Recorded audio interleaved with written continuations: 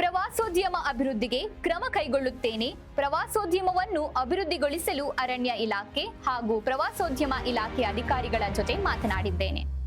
ಜೋಗಿಮಟ್ಟಿಗೆ ಹೋಗುವ ರಸ್ತೆ ಅಭಿವೃದ್ಧಿ ಬಗ್ಗೆ ಕೂಡ ಚರ್ಚಿಸುತ್ತೇನೆ ಎಂದು ಸಂಸದ ಗೋವಿಂದ ಎಂ ಕಾರಜೋಳ ಹೇಳಿದ್ದಾರೆ. ಅಧಿಕಾರಿಗಳನ್ನ ಈಗಾಗಲೇ ಕರೆದು ಮಾತಾಡಿದೆ.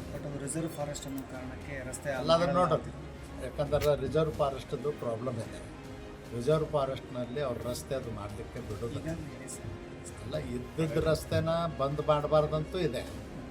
ಅದಕ್ಕೆ ಅಷ್ಟನ್ನೇ ಅದನ್ನು ಸಾರ್ವಜನಿಕ ಉಪಯೋಗಕ್ಕೆ ಡೆವಲಪ್ಮೆಂಟ್ ಮಾಡೋ ರೀತಿಯಲ್ಲಿ ಮಾಡ್ಬೋದು. ನೋಡೋಣ, ಅವ್ರನ್ನೆಲ್ಲ ಕರೆದು ಪ್ರತ್ಯೇಕ ಮೀಟಿಂಗ್ ಮಾಡ್ತೀವಿ. ಏನು ಅದ್ರ ಬಗ್ಗೆ ಕಾಮೆಂಟ್ ಮಾಡೋದು ಬೇಡ. ಅಂದರೆ ಟೂರಿಸಂ ಡಿಪಾರ್ಟ್ಮೆಂಟ್ಗೆ ಹೆಚ್ಚಿನ ಆದ್ಯತೆಯನ್ನು ಕೊಡಬೇಕು ಅನ್ನೋ ದೃಷ್ಟಿಯಿಂದ ಈಗಾಗಲೇ ಅಧಿಕಾರಿಗಳಿಗೆ ಸೂಚನೆ ಕೊಟ್ಟಿದ್ದೀನಿ. ಪ್ರಿಪೇರ್ ಆಗಿ ಬರ್ತಾರೆ. ನೋಡ್ತೇನೆ. ಇವರು ಚಿತ್ರದುರ್ಗದಲ್ಲಿ ಮಾಧ್ಯಮಗಳೊಂದಿಗೆ ಮಾತನಾಡಿದ್ರು.